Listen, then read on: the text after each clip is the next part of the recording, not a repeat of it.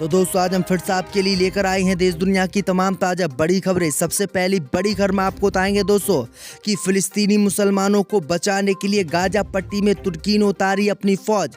तुर्की की फौज को देखकर डर कर भागे इजराइल के सैनिक। गाजा पट्टी में तुर्की और इजराइल में होगी जंग। इजराइल हमास की जंग के बीच हिजबुल्लाह ने अमेरिका और इजराइल को दी खुली धमकी। कहा, हम ना आपसे डरते हैं और ना कभी डरेंगे, आपके ऊपर हमले रहेंगे हमारे जारी। गाजा पट्टी में युद्ध जारी रखने के नतीजों में हजारों इजराइल की कंपनियां बंद होने की कगार पर। इजराइल की अर्थव्यवस्था होगी तबाह। जंगबंदी से इनकार करके इजराइल ने अपने ही पैरों पर मारी कुल्हाड़ी। कई मोर्चों से हमले हुए तेज, इजराइल होगा बर्बाद। सीमा हैदर के बाद पाकिस्तानी महिला शादी रचाने के लिए पहुंची भारत। मंगेतर से बाघा बॉर्डर पर की मुलाकात।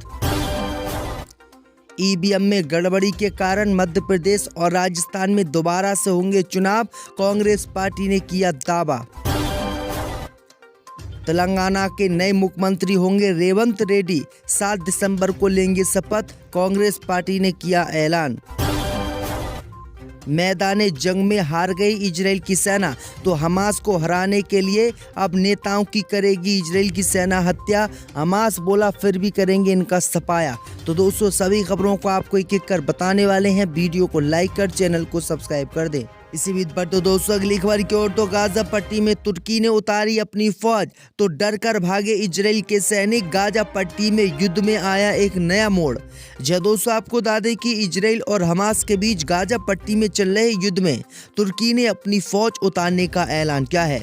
तुर्की के इस ऐलान से इजराइल के रोंगटे खड़े हो गए हैं और इजराइल के सैनिक कभी भी गाजा पट्टी छोड़कर इजराइल भाग सकते हैं। खबर सामने निकल कर आई दोस्तों की कल ही मुस्लिम देशों की बैठक में तुर्की के राष्ट्रपति रेजप तैयब एर्दोगान ने इजराइल के प्रधानमंत्री नेतन्याहू को गाजा का कसाई बताया था और तुर्की के राष्ट्रपति ने इजराइल के प्रधानमंत्री नेतन्याहू को युद्ध अपराधी घोषित करते हुए उनके खिलाफ कार्रवाई की मांग भी की थी। इसके बाद तुर्की के राष्ट्रपति ने गाजा पट्टी में फिलिस्तीनी मुसलमानों की हो रही हत्या पर दुख जताते हुए अपनी फौज भेजने का ऐलान किया है। ये फौज गाजा पट्टी में हमास के लड़ाकों के साथ मिलकर इजराइल की सेना से जंग लड़ेगी। तो दोस्तों अगली खबर की ओर तो हिजबुल्लाह ने इजराइल और अमेरिका को दी खुली धमकी। कहा, हम ना आपसे डरते हैं और ना आगे डरेंगे। दोस्तों आपको बता दें कि इजराइल और हमास के बीच चल रही जंग में लेबनान के इस्लामिक संगठन हिजबुल्लाह के उप महासचिव शेख नईम कासिफ ने इजराइल और हमास को आज खुली धमकी दी है। उन्होंने कहा है कि हम ना तो इजराइल और अमेरिका के अत्याचार से डरते हैं और ना आने वाले समय में डरेंगे। आगे हिजबुल्लाह के उप महासचिव ने जोर देकर कहा है कि इजराइल दुश्मन 50 दिनों में अपना कोई भी लक्ष्य हासिल कर नहीं सका है और कैदियों की रिहाई युद्ध के मैदान में नहीं बल्कि आदान प्रदान के दौरान की गई है। उन्होंने साफ कहा है कि फिलिस्तीनी राष्ट्र जंग के बाद बहुत अच्छी तरीके से उभरेगा और फिलिस्तीन एक स्वतंत्र राष्ट्र बनेगा और इजराइल को इसकी कीमत चुकानी होगी। तो हिजबुल्लाह ने साफ कह दिया है कि वो अमेरिका और इजराइल से कभी नहीं डरता है और ना कभी डरेगा। इसी बीच पर तो दोस्तों अगली खबर की ओर तो गाजा में चल रही लड़ाई के नतीजों में हजारों इजराइल की कंपनियां होंगी बंद। दोस्तों आपको बता दें कि 7 अक्टूबर को हमास के तूफान अल अक्सा ऑपरेशन के बाद गाजा पट्टी के खिलाफ इजराइल के युद्ध को लगभग 2 महीने का समय बीत चुका है और ये लड़ाई अब तक जारी है, जिसके नतीजे में इजराइल की अर्थव्यवस्था को बहुत बड़ा धक्का लगा है। अब खबर सामने निकल कर आई दोस्तों की आर्थिक नुकसान के नतीजों में हजारों इजराइल की छोटी कंपनियां बंद होने की कगार पर पहुंच गई हैं।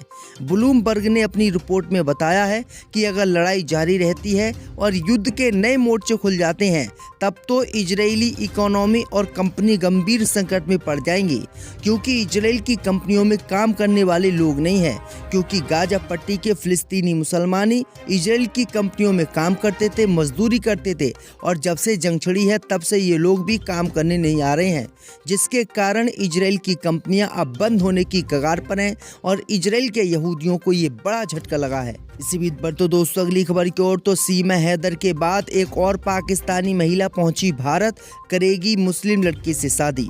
दोस्तों आपको बता दें कि सीमा हैदर के बाद एक और पाकिस्तानी महिला शादी करने के लिए भारत पहुंच गई है। मंगलवार को अटारी बागा बॉर्डर होते हुए पाकिस्तान से भारत आई इस महिला का नाम जवेरिया खानम है। वह अपने 5 साल पुराने प्रेमी समीर खान से शादी करेंगी।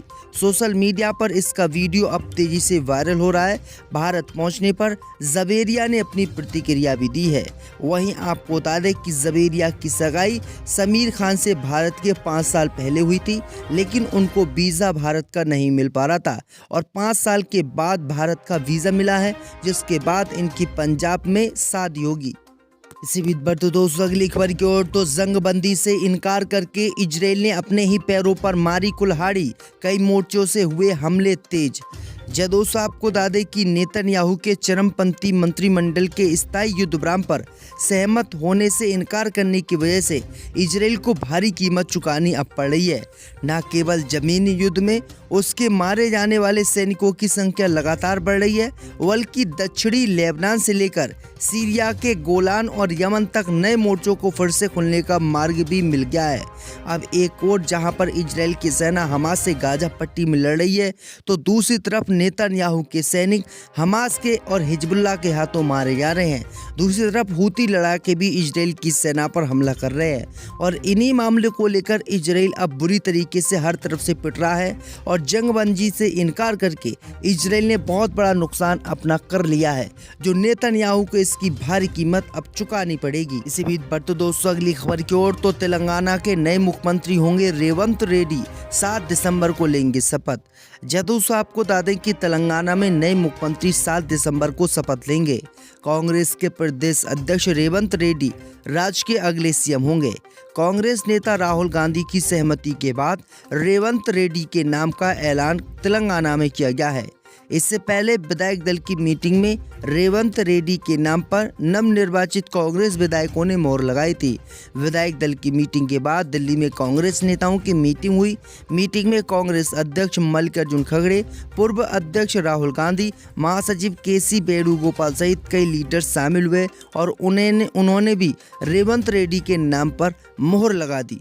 इसी बीच पर तो दोस्तों अगली खबर की ओर तो मैदाने जंग में इजराइल हार गया जंग, अब हमास के नेताओं की हत्या करने पर उतरा।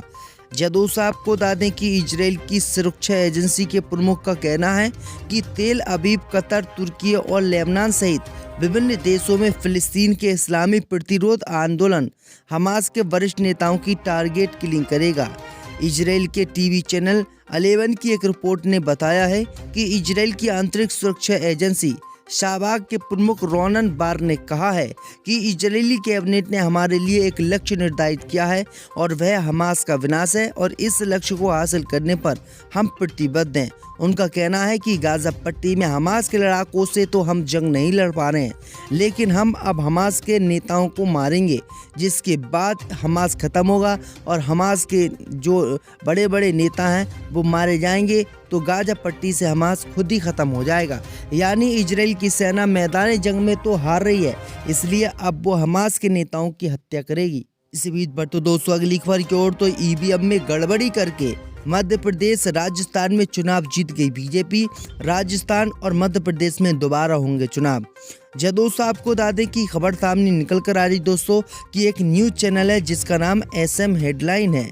ये यूट्यूब चैनल के वीडियो में दावा किया गया है कि ईवीएम में गड़बड़ी हुई है। इस चैनल ने दावा किया है कि ईवीएम में गड़बड़ी की वजह से मुख्य न्यायाधीश चुनाव आयोग पर भड़के हैं और CJI ने इसके खिलाफ एक्शन लिया है, जिसके बाद अब राजस्थान एवं मध्य प्रदेश में दोबारा से विधानसभा के चुनाव होंगे। लेकिन आपको बता दें कि ये जो खबर चलाई जा रही है ये खबर फर्जी है। ऐसा कोई भी आदेश सुप्रीम कोर्ट या चीफ जस्टिस ने नहीं दिया है। वहीं आपको बता दें कि मध्य प्रदेश और राजस्थान में ना ही दोबारा चुनाव होंगे और ना ही ईवीएम में गड़बड़ी करने का आरोप लगाया गया है। तो जो खबर चल रही है इस समय वो खबर फर्जी है और आप लोग ये न समझें कि मध्य प्रदेश और राजस्थान में दोबारा से चुनाव होंगे, ये चुनाव नहीं होंगे। इस बीच पर तो दोस्तों अगली खबर की ओर तो NCRB की रिपोर्ट ने यूपी को बताया हत्या बलात्कार, महिलाओं के साथ जुर्म में नंबर 1, योगी सरकार की खुली पोल। जी दोस्तों, आपको बता दें कि 1-1.5 माह पहले की बात है कि बुलंदशहर के ट्रांसपोर्ट नगर में एक सभा को संबोधित करते हुए उत्तर प्रदेश के मुख्यमंत्री योगी आदित्यनाथ ने दावा किया था कि वह नारी सुरक्षा में सेंधमारी करने वालों को पाताल में भी खोज लाएंगे। अब 2017 में जब वह पहली बार सीएम बने थे तो उन्होंने कहा था कि अपराधी उत्तर प्रदेश छोड़ दें या अपराध छोड़ दें, लेकिन जो आंकड़े सामने आए हैं उन्होंने योगी सरकार की खटिया खड़ी कर दी है और पोल खोल दी है। अब खबर सामने निकल कर आई दोस्तों कि 3 दिसंबर को राष्ट्रीय अपराध रिकॉर्ड ब्यूरो यानी एनसीआरबी ने क्राइम इन इंडिया रिपोर्ट 2022 की शीर्षक से देश में हुए अपराध का वार्षिक डेटा जारी किया है।